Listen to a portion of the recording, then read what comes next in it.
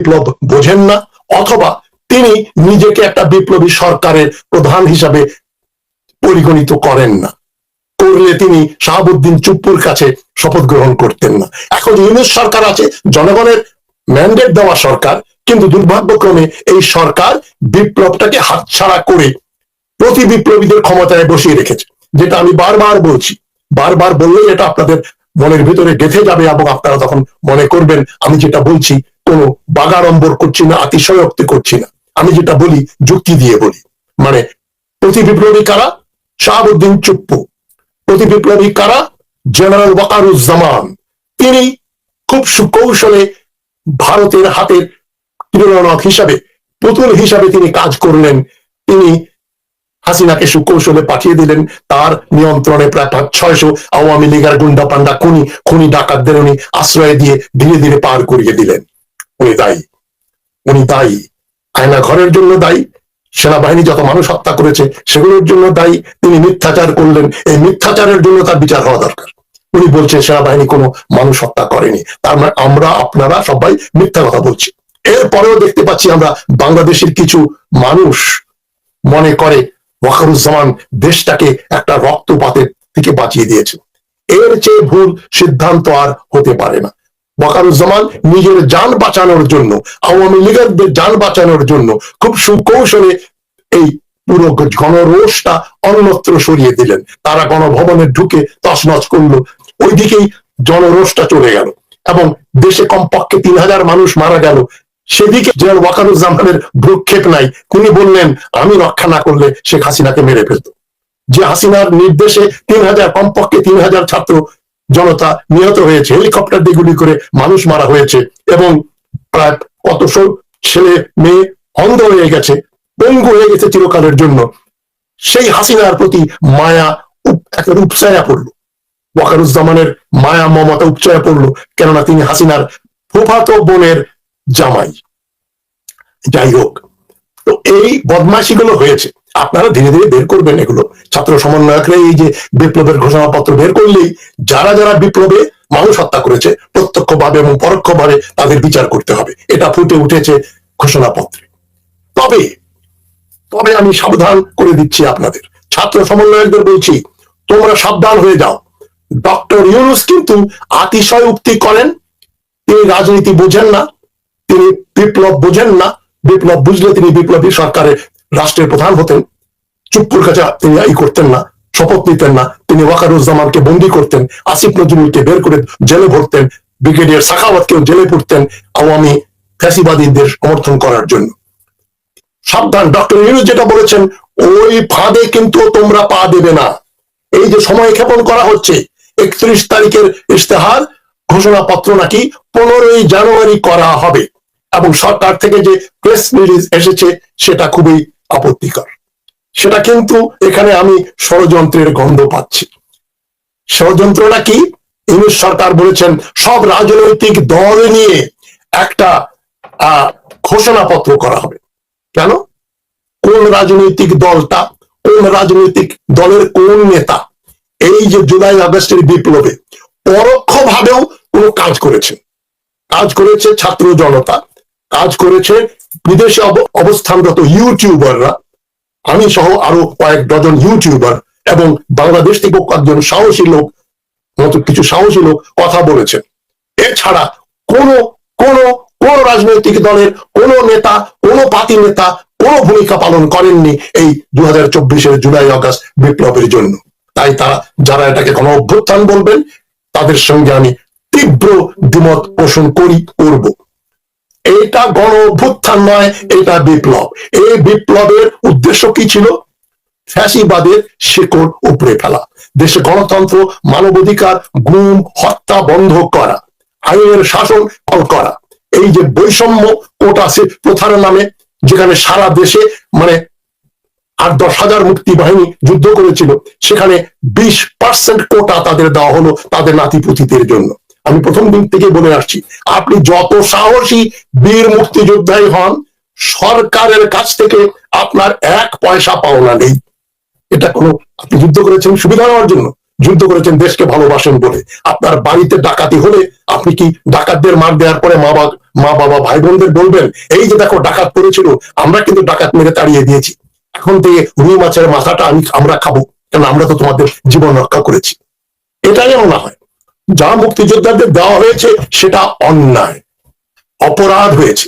2 বছরের সিনিয়রিটি দেওয়া হয়েছে, অপরাধ হয়েছে, জঘন্য রকমের অপরাধ। এটা শেখ মুজিবুর রহমান করেছেন, তার মধ্যে যে গিল্ট ছিল, উনি যে মুক্তিযুদ্ধ করেননি, উনি পাকিস্তানের প্রধানমন্ত্রী হতে চেয়েছিলেন, তাই পাকিস্তান থেকে ফিরে আসার পরে ইনি সব বিপ্লবীদের চাইতে বড় বিপ্লবী হয়ে গেলেন।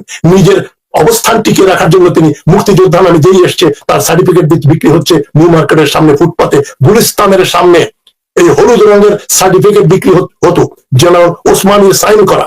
ওই সার্টিফিকেটটা কিনে জমা দিলে আপনি মুক্তিযোদ্ধা। মুক্তিযোদ্ধা নাকি 2 লক্ষ 2.5 লক্ষ হয়েছে। যাই হোক, আমি এইখানে যাচ্ছি আবার যে কোন দল কিছু করে নাই, সুতরাং ইউনূস সাহেব যেটা বলছেন সব দল নিয়ে একটা ঘোষণাপত্র হবে। খেতাপুরি, আমি এই শব্দটা ব্যবহার করছি। ছাত্র সমন্বয়ক তোমরা বলবে ডক্টর ইউনূস আপনার ওই প্রপোজাল আমরা ফেলে দিচ্ছি, ভদ্রভাবেই বলবে ওই প্রপোজাল আমরা গ্রহণ করতে পারি না। কেননা কোন রাজনৈতিক দল, বিএনপি বলেন, জামাত ইসলামী বলেন, অন্য যে কোনো দল বলেন, তারা কোনোভাবেই পরোক্ষভাবে এই জুলাই আগস্ট বিপ্লবে তাদের কোনো ভূমিকা পালন করেননি, একেবারে নেগেটিভ রোল তাদের। হ্যাঁ, বিএনপি জামাত বিভিন্ন দলের বহু কর্মী স্বেচ্ছায় তাদের নিজেদের উদ্যোগে যুদ্ধ করেছে, শহীদ হয়েছে, আহত হয়েছে। ওই দলগুলো 2029 সালে হাসিনার নির্বাচন হবে, সেই নির্বাচনে যোগ দেওয়ার জন্য তেল মাখছিলেন। এই তো এইবার আমরা জিতবো, সংসদে বসবো, চেষ্টা করবো আরেকবার। 2018 নির্বাচনেও বিএনপির মহানেতা মির্জা ফখরুল বলেছিলেন বেলা 12টার সময়, মনে আছে, নির্বাচন খুব সুষ্ঠু হচ্ছে। সুতরাং 29 সালে নির্বাচনের জন্য তার প্রস্তুতি গ্রহণ করছিলেন। এই বিপ্লবে তাদের শূন্য, জিরো কন্ট্রিবিউশন।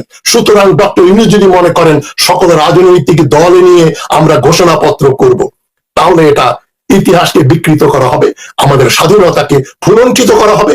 এই বিপ্লবে যারা জান দিয়েছেন, জীবন বিসর্জন করেছেন, তাদের আত্মাহুতি, তাদের শাহাদাতের উপর কে অপমান করা হবে। ছাত্র সমন্বয়কদের বলছি, তোমাদের আমি শিক্ষক হিসাবে বলছি, যেহেতু তোমরা আমার ছাত্রদের ছাত্র, আমার অধিকার আছে, সেই অধিকার দিয়ে আমি বলছি তোমরা খবরদার খবরদার ওই ধরনের ফাঁদে পা দেবে না। তোমরা বলবে, আমি খুব খুশি হয়েছি কতগুলা বুলেট পয়েন্ট সেখানে তারা বলেছে আওয়ামী লীগকে নিষিদ্ধ করা। অবশ্যই অবশ্যই ফ্যাসিস্ট পার্টি, যেটা আমি বহুবার বলেছি, হিটলারের নাৎসি পার্টি, মুসোলিনির ফ্যাসিস্ট পার্টি, তাদের উৎখাতের পরে আর জার্মানিতে এবং ইটালিতে দল হিসেবে তারা আর টিকে থাকতে পারেনি, তাদের রাতারাতি নিষিদ্ধ করা হয়েছিল। অবশ্যই আওয়ামী লীগকে নিষিদ্ধ করতে হবে, যেটা ছাত্র জনতার এই যে ম্যানিফেস্টোতে উঠে এসছে, ঘোষণাপত্রের যে খসড়া আমরা দেখলাম। অবশ্যই আওয়ামী লীগকে নিষিদ্ধ করতে হবে, কারণ আওয়ামী লীগ সক্রিয়ভাবে ফ্যাসিবাদ কায়েমে সাহায্য করেছে। যারা এবং বিএনপির মির্জা ফখরুল ইসলাম সাহেব এবং মির্জা আব্বাস এবং রুহুল কবির রিজভী, তারা যে ঘ্যান ঘ্যান করে যে কথাগুলো বলছেন, মায়া হয় তাদের প্রতি, করুণা হয়। তবে খালেদা জিয়া কথা সাহস করে যে কথাগুলো বলেছেন, আমরা দেখছি মির্জা ফখরুল ইসলাম, মির্জা আব্বাস এবং রুহুল কবির রিজভীর বয়ান তার সম্পূর্ণ বিপরীত। খালেদা বলেছেন এই শাসনতন্ত্রকে অপব্যবহার করে হাসিনা দেশটাকে একটা মানে স্বৈরাচারী শাসনের অধীনে নিয়ে গিয়েছিল, আমরা ক্ষমতা গেলেই এই শাসনতন্ত্রকে ছুঁড়ে ফেলে দেব। আর মির্জা আব্বাস বলছেন হ্যাঁ হ্যাঁ হ্যাঁ, তা করা যাবে না, শাসনতন্ত্র আমাদের 30 লক্ষ শহীদের রক্তে অর্জিত। তিনি খালেদা জিয়ার বিরুদ্ধাচরণ করলেন। একই কথা, একই সুর মির্জা ফখরুলের মুখে। এই যে আওয়ামী লীগ এর নেতৃত্বে স্বাধীনতা যুদ্ধ হয়েছিল, এই আওয়ামী লীগকে নিষিদ্ধ করা যায় না। তারপরে এই হাসিনার কদম বুঝি করার প্রেসিডেন্ট চুপ্পু মিয়াকে অপসারণ করলে নাকি সাংবিধানিক সংকট হবে। সুতরাং এই সমস্ত দলের এইগুলো বিতর্কিত লোকদেরকে নিয়ে আমরা কোনো ঘোষণাপত্র হতে দেব না। ছাত্র সমাজ তোমাদের বলছি, তোমরা অনড় থাকবে। তোমাদের এই 15 তারিখে যখন তোমাদের সম্মেলন হবে, আবার বোধহয় শহীদ মিনারে, তোমরা সক্রিয় থাকবে। একটা দলের একটা নেতাও যেন প্ল্যাটফর্মের 100 গজের ভিতরে আসতে না পারে, কাউকে কোনো বক্তব্য দিতে দেবে না। ডক্টর ইউনূস বিপ্লবের ফলে উনি নিজেই স্বীকার করেছেন, ছাত্ররা আমাকে বসিয়েছে, ছাত্ররা বললেই আমি চলে যাব। এই ব্যাপারে যেন উনি স্টিক করেন, তোমরা তাকে মনে করিয়ে দিবে যে আমরা কিন্তু বিপ্লবের পরে আপনাকে বসিয়েছি, আপনি বিপ্লবের সন্তান হিসাবে কাজ করবেন। কোন রাজনৈতিক দলের দালালি করলে কিন্তু আমরা সেটাকে পছন্দ করব না। ছাত্রদের বলছি, খবরদার খবরদার, কোমর ভাঙা সরকারের ফাঁদে পা দেবে না। এ সরকার যদিও আমাদের ম্যান্ডেট নিয়ে ক্ষমতায়, তবে এই সরকার বসিয়েছে কিন্তু আবার IMF, world bank, Peter hassle যাওয়ার পরে মার্কিন যুক্তরাষ্ট্র, বাইডেন অ্যাডমিনিস্ট্রেশন এবং নরেন্দ্র মোদী সরকার। নরেন্দ্র মোদী সরকার এই ইউনূস সরকারের প্রধান পৃষ্ঠপোষক। ভারতের সঙ্গে যে গন্ডগোল হচ্ছে ডক্টর ইউনূস সরকারের, ওটা আমি আগেও বলেছি, আবার বলছি, ভবিষ্যতে বলবো, ওই গন্ডগোল গুলো পাতানো খেলা। ভারতের সঙ্গে আসল জায়গায় কোনো গন্ডগোল নেই। ভারতের সঙ্গে ব্যবসা বাণিজ্য হবে, ট্রানজিট নেবে, তারা যা কিছু অন্যায় করেছে সেটা করে যাবে যদি ইউনূস সরকার ক্ষমতায় থাকে। ছাত্রদের বলছি, এই যে বিপ্লবের ম্যানিফেস্টোতে 16ই জানুয়ারি থেকে বাংলাদেশে নতুন বাংলাদেশে যদি পদার্পণ করতে না পারে, তাহলে এই যে কথা, যত কথা হয়েছে সব কথাই ব্যর্থ হয়ে যাবে। অ্যাকশন দেখাও, কথা না। এই যে ছোটবেলায় যখন সিনেমা হলে সিনেমা দেখতাম, ইংরেজি সিনেমা আসতো, তো ছোট্ট শহর সিরাজগঞ্জ শহরের লোকজন ওই তখন ইংরেজিতে সাবটাইটেলও থাকতো না, যে ছবিগুলোতে ডায়ালগ থাকতো, কথাবার্তা থাকতো, সেগুলো তারা বলতো যে ভালো না, খালি কথা, খালি কথা। ছবি কিরম রে, ভালো না, খালি কথা, অ্যাকশন নাই, মারামারি নাই। যেখানে মারামারি হবে সেটা দেখবে তারা, সেটা হচ্ছে ভালো সিনেমা। আমি দেখছি তাই এখন কোনো অ্যাকশন নাই, খালি কথা হচ্ছে, কথার মারপ্যাচ। এটা বিপ্লব না গণ অভ্যুত্থান? এটা কি আমরা সর্বদল নিয়ে আমরা করি, 10 মিলে করি কাজ, হারি জিতি নাহিলাজ, ওই সমস্ত থিওরি বস্তা পচে গেছে। প্রতিটা রাজনৈতিক দল তাদের ভূমিকা পালন করতে ব্যর্থ হয়েছে। বিএনপি তো সেই 2023 সালের 28শে অক্টোবর, যেদিন মির্জা ফখরুল ইসলাম লুঙ্গি পরে লুঙ্গি তুলে দৌড় দিয়ে পালিয়ে যান, সেদিনই বিএনপির রোল শেষ হয়ে গেছে। তারপরে বিএনপি এখনো কিছু করেনি, তাদের এখনো দল সামলাতেই আরো সময় লাগবে। আমি মনে করি খালেদা জিয়া এবং তারেক রহমানের নেতৃত্বে বিএনপি ঘুরে দাঁড়াবে। বিএনপি এখনো ঘুরে দাঁড়াতে পারেনি, তারা এই কোমর ভাঙা লোকজনকে নিয়ে তারা সংসার করছে। এদেরকে মার্জিনালাইজ করতে হবে। যে ব্যক্তি বা যে সংগঠন আওয়ামী লীগ বা মুক্তিযুদ্ধের নামে চেতনার কথা বলবে, তাদেরকে ধরে নেবেন ধান্দাবাজ, বাংলাদেশ বিরোধী। আওয়ামী লীগের নিষিদ্ধকরণের ব্যাপারে ছাত্রদের বলছি, যারাই মৃদুভাবেও আপত্তি করবে তাদেরকে মনে করবেন প্রতি বিপ্লবী। বিপ্লবের পরে মানে যেমন ইমান আর বেঈমানের মধ্যে পার্থক্য, যে কলমা গ্রহণ করেছে, মুসলমান হয়েছে, তার সঙ্গে কাফিরের তুলনা হয় না। সুতরাং যারা বিপ্লবী, তারা যাদের বিরুদ্ধে বিপ্লব হয়েছে তাদের বিরুদ্ধে একটা কথা বলতে পারবে না। আর আমি শেষ কথা বলছি, আমি বিপ্লবের যে খসড়া দেখেছি, বিচার করতে হবে। আমি বহুবার বলে আসছি, এই 4.5-5 মাসে 400-500 লোকের তো ফাঁসি হওয়া উচিত ছিল, আর 5-6 হাজার লোকের বিচার হওয়া উচিত ছিল। যাবজ্জীবন, 10 বছরের জেল, 12 বছরের জেল হয় নাই। আমি একটা প্রপোজাল দিচ্ছি ছাত্র সমাজকে, তোমরা চিন্তা করে দেখবে। একটা ম্যাভেরিক আইডিয়া, নেভারথেলেস অ্যান আইডিয়া। এই আইডিয়াটা হচ্ছে কি, সরকার কিছু $1 বিলিয়ন একটা বাজেট করেন, যে করাপশন, দুর্নীতি বিরোধী একটা ট্রাইব্যুনাল হবে। 64টা জেলায় 64টা বিচারক থাকবে, এক্সক্লুসিভলি তারা দুর্নীতির উপর বিচার করবেন। 64টা SP, পুলিশ অফিসার থাকবে, এবং হাইকোর্ট, সুপ্রিম কোর্টে এরকম 15-20 জন বিচারক থাকবে, তারা কেবল দুর্নীতির বিচার করবে। তবে এই টাকাটা রাখতে বলছে এই জন্য যে সবগুলো বিচারক, সবগুলো পুলিশ অফিসার যারা এই দুর্নীতি ইনভেস্টিগেট করবে, এবং সবগুলো ডিস্ট্রিক্ট জাজ বিদেশ থেকে আনতে হবে। আমি মনে করি সিঙ্গাপুর একটা ভালো example. Singapore, Malaysia, Australia, New Zealand, Canada বা আমেরিকা, ইউরোপিয়ান দেশ থেকে তাদেরকে ভালো বেতন দিয়ে এই টাকাটা খরচ করলে 5 বছরের জন্য করেন, দেশ দুর্নীতি মুক্ত হবে। কমপক্ষে তাদের যাবজ্জীবন কারাদণ্ড দেন, সমস্ত সম্পত্তি বাজেয়াপ্ত করেন। এটা ঘোষণাপত্রে আসতে হবে, যারা দুর্নীতি করেছে তাদের সমস্ত সম্পত্তি আমরা বাজেয়াপ্ত করব, যেখানে যে সম্পত্তি পাওয়া যায়। আমার বাবা যদি হয়, তারও সম্পত্তি বাজেয়াপ্ত করতে হবে। এটা না হলে কিন্তু বিপ্লব হবে না। তো আমি আমার কথা দীর্ঘায়িত করছি না, তোমাদের আমি অভিনন্দন জানাচ্ছি এই সৎসাহসের জন্য। Better late than never. এই প্রোক্লামেশন আসা উচিত ছিল অগাস্টের 5 থেকে 8 তারিখে। ডক্টর ইউনূস 8 তারিখে শপথ নিলেন, ওই 8-9 তারিখে এই প্রোক্লামেশনটা আসা উচিত ছিল, এবং 31 তারিখে হলে ভালো হতো। যাই হোক, 15ই ডিসেম্বর, 15ই জানুয়ারি প্রোক্লামেশন আসবে, ঘোষণাপত্র আসবে, বিপ্লবের ঘোষণাপত্র, গণ অভ্যুত্থানের নয়, বিপ্লবের ঘোষণাপত্র যেন ঠিক বিপ্লবী ঘোষণাপত্রের মতো হয়। ফরাসি দেশে কি হয়েছিল, রাশিয়াতে বিপ্লবের পর কি হয়েছিল, এই ইতিহাসটা একটু ঝালাই করে নেবে, তাহলে দেখবে বিপ্লবোত্তর সরকার কি করে। এবং যারা মানুষ হত্যা করেছে, তোমরা কি মনে করো না, আপনারা কি মনে করেন না তাদের জন্য ন্যূনতম শাস্তি হওয়া উচিত মৃত্যুদণ্ড? যে বিচারক গুলা বেআইনিভাবে ফাঁসি দিয়েছে নিজামুল হক, তার কি মৃত্যুদণ্ড প্রাপ্য নয়? যে পুলিশ, যে ডিজিএফআই অফিসার, যে জেনারেলের অধীনে মানুষ হত্যা করা হয়েছে, তাদের কি মৃত্যুদণ্ড প্রাপ্য নয়? যদি এগুলো কার্যকর করা না হয়, তাহলে ধরে নেবে এটা একটা গণ অভ্যুত্থান হয়েছিল এবং ব্যর্থ বিপ্লব। বিপ্লব সার্থক করতে হলে বিপ্লবের যে ফর্মুলা, সেটা মেনে চলতে হবে। এটুকুই তোমাদের কাছে আমার অনুরোধ। তোমাদেরকে আমি আগাম অভিনন্দন জানিয়ে বিপ্লবের সফলতা হবে এই আশা করে আমি আমার বক্তব্য শেষ করছি। বক্তব্য শেষ করার আগে তোমাদের সবাইকে আমি ইংরেজি, ফরাসি, Russian, German, Polish, American, Canadian, Bangladeshi নববর্ষের শুভেচ্ছা জানাচ্ছি। কারণ আমি ইংরেজি নববর্ষ বলে দুনিয়াতে কিছু নাই। যেটা ইংরেজি নববর্ষ, চীনাদেরও সেই নববর্ষ, রাশিয়াতেও তাই, পোল্যান্ডেও তাই, ভারতেও তাই। তো জানি ওই ভুলটা আমি সংশোধন করে দিচ্ছি, শিক্ষকের কাজ তাই ভুলটা ধরিয়ে দেয়া। আমি 2025 সালের জন্য তোমাদের সবাইকে সংগ্রামী অভিনন্দন জানাচ্ছি। এটাই যেন আমাদের বিপ্লবকে সঠিক পথে নিয়ে যায়, এই আশা। আসসালামু আলাইকুম। এ ব্যাপারে আগেও আলোচনা করেছি, আজকে আবার নতুন করে পুরনো কথাই বলছি, অনেক নতুন তথ্য দিয়ে। একটু দেখবেন, মনোযোগ দিয়ে এবং চিন্তা করবেন। বাংলাদেশের বিরুদ্ধে যে ষড়যন্ত্র শুরু হয়েছে ভারতীয় আওয়ামীদের দ্বারা, সেটা কিন্তু একটা এখন প্রকট রূপ ধারণ করেছে।